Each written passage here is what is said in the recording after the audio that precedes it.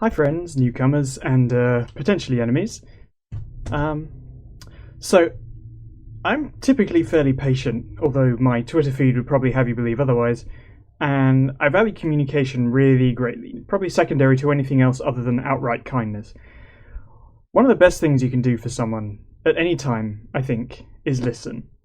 But I'd be lying if I said I wasn't often exhausted by pretty brutal back and forth that happens online. I'm sure some people, it happens daily.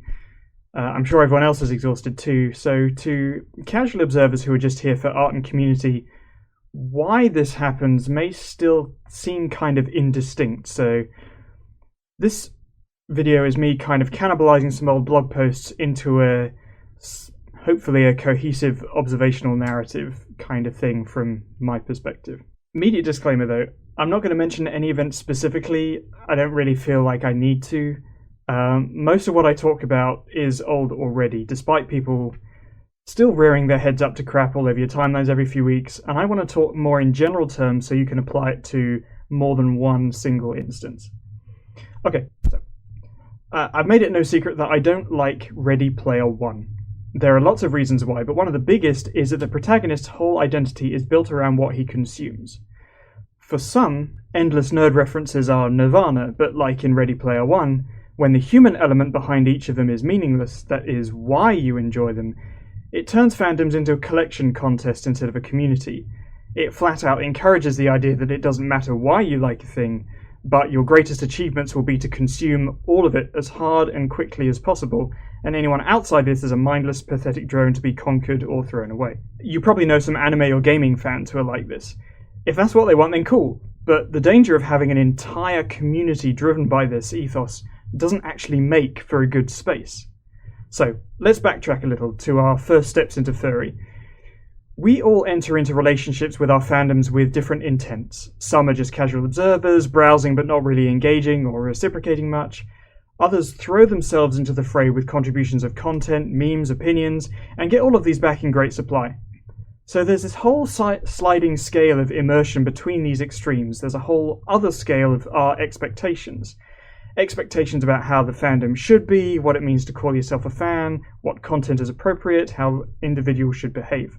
Trolls notwithstanding, the general idea when you enter a fandom is that you expect to make friends with people who share your interests. On the surface, that should mean potentially anyone in the fandom is a future friend. And subconsciously, I think we all hope for that. The biggest issues is that we are, sadly, human, and in an aesthetic appreciation doesn't necessarily equate to sharing ideas across all facets of our individualities. But nevertheless, we still project our tastes and ideas onto the avatars of the friends we want to have, like gluing faces onto mirrors, because we want to belong and identify. We connect with people over art, memes, fursuits, personas, and start to assume that because we've entered into this one-sided relationship with a fandom, that it should reciprocate in the same kind of expectations that we fuel our immersion with. Now, undeniably, we are all furries, but everyone has a different idea of what that means, and rarely talks about it until there's a conflict. I know you've all seen, and have probably even said, things like, furry is where anyone can be themselves, furry is an escape, furry is a safe place, furry is a place for creative expression, furry is for self-exploration, furry has no restrictions. It's like a horoscope, statements we all agree with for an infinite list of reasons. We follow people based off their species, fursuit stories, artwork, and our hopes and presumptions fill in the gaps. If you asked me how much I really knew about the friends that I followed, like presentable facts, honestly, I could say very little. But I'd still tell you that I'd get on with them if we were all in the same room. We're all, each of us, tiny universes with endless differences. But we are so eager to connect and belong that we rarely extend ourselves beyond a cosmetic level because the further down you go, the greater the differences seem. So these general fandom statements aren't enough. There are caveats for general human decency. Not everything can be allowed if we are all able to get on and feel comfortable. But defining what these things are is where the debate gets heated. Awful hot takes have pervaded the fandom for some time, some of them based off a flawed assumption that furry adapts to the needs of the single identifier and not the community as a whole. So that's where you get stuff like Furry's a fetish, furries over 30 should get out of the fandom, you're not furry if you don't have a fursona, fursuiters only, fat people shouldn't fursuit, female furries are gross, all that kind of crap.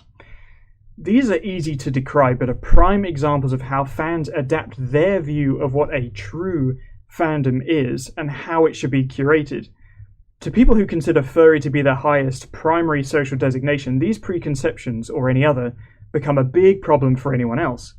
Because the discovery that someone is one of these undesirable elements can either open someone's mind to future discoveries or lower the individual in a fan's estimation. This prejudice demonstrates that any given fan is only as important as their furry facade, and those who think this way isolate themselves from a fandom more likely to accept them for whoever they happen to be under the fursuit or profile pic. The only people who stick around bigots and gatekeepers are others who share the same dismissive views, and that's much thinner ice to be standing on next to someone who'll drop you on a whim for having a quality that you can't help or change. A big conundrum lies in trying to resolve this when the nicer, broader statements aren't technically mutually exclusive, but can be so widely applicable that they're almost redundant. Creative expression could be anything from the cleanest saccharine Lisa Frank-esque fursona cuteness to the hardest core porn you ever needed to cleanse your eyes after seeing.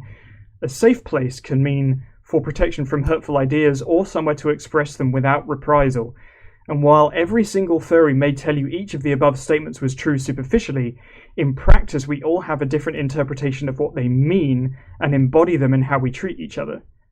So every one of us has a different view of what furry should be, and our experiences vary wildly. When the people around you don't live up to those invisible expectations, things start to break down. The most revealing arguments about fandom self-identification aren't about whether the existence of real-world abuse is bad, but in statements like, well, why shouldn't I like them? This person could be lying. Furry art isn't real, you can't say it's abusive. Forget those SJWs, I'm just here for your art. These comments aren't really about the issues themselves, they're protecting the art or the creator.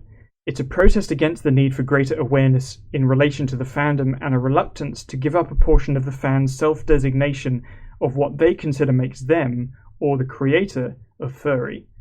Especially where a prominent figure may have been crucial to some young fur's awakening and fandom identity, the grip can be incredibly tight.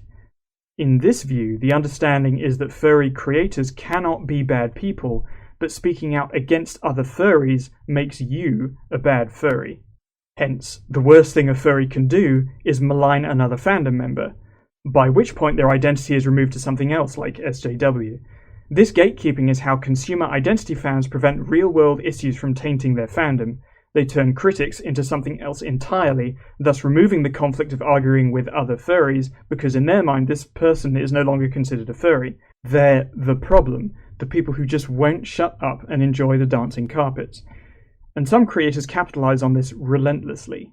Furry is inextricably a form of escapism, and to these furs, that should hence mitigate them from applying any limitations on what should be portrayed, or that no content could be inappropriate as long as it falls within the genre, except, it seems, where that content is inherently critical of the fandom.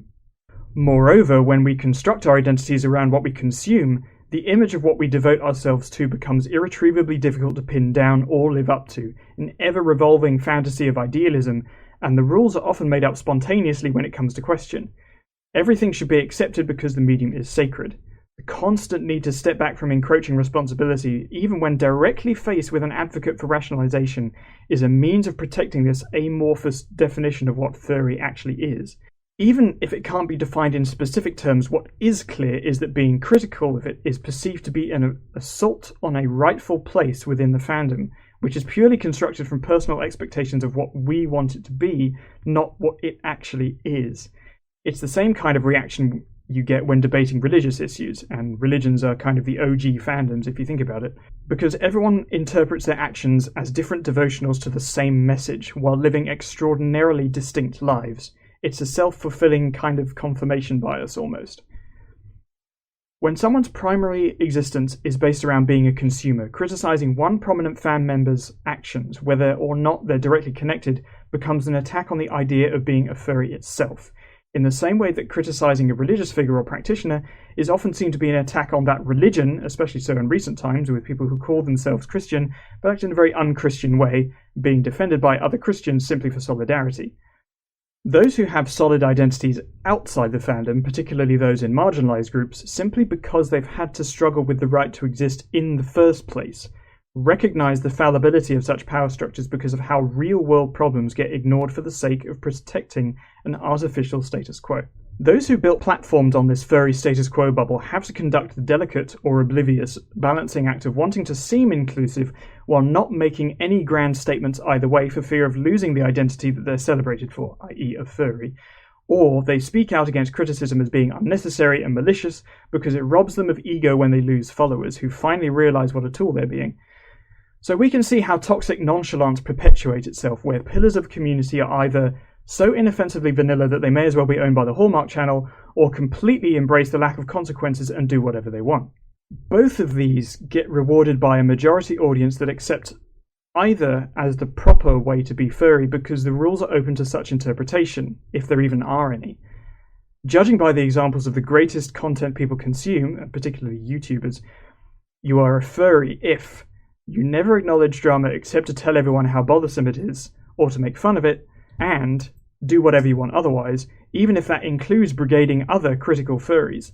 The latter is particularly dangerous when people strive off drama and sensationalism to remain relevant. How does that work out? Well, on one hand you have a fandom that on the outset appears to be tolerant of a ton of unusual identities. But identity is not the same as behaviour, which also becomes openly tolerated, and causes many issues when it comes to people who make not only a performance but their entire brand out of being rude, unsavoury, abusive, negligent or exclusionary. Willing to overlook that danger because it has a furry face, making it relevant, is where the seeds of danger and conflict lie. Before I sign off to record the next part of this, which is about handling conflict objectively, think about the furries whose content you admire, or just random furries you know. What are their opinions of furry? What do they stand for? Do they, in your mind, present the best ideas of what a furry community should be? Do they see furries as people, an identity under themselves that affects a persona, or ignore that to focus only on the furry aspect?